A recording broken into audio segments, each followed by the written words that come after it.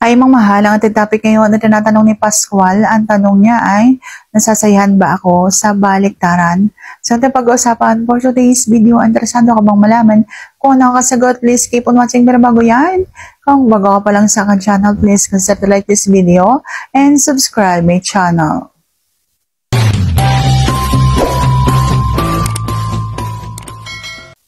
So, nasasayahan ba ako sa baliktaran? Ang sagot ko ay hindi masyado.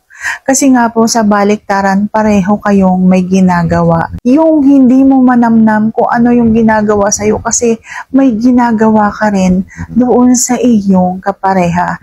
Kaya hindi ko masyadong nagugustuhan o hindi ako masyadong nasasayahan kapag halimbawang baliktaran.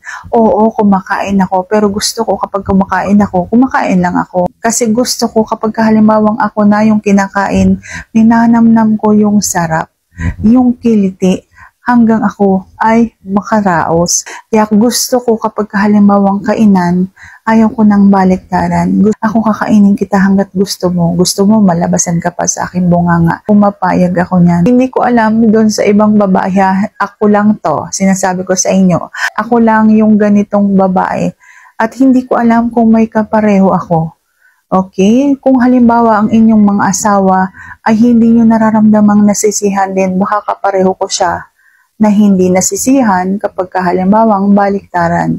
Kaya pagbigyan nyo na, dapat pagkainan, siya muna, tapos ikaw naman, yung ganun. O kaya ikaw muna, tapos siya naman, yung ganyan. So sana nasagot ko ng tama ang iyong tanong. And if you like this video, please consider to like this video and subscribe my channel.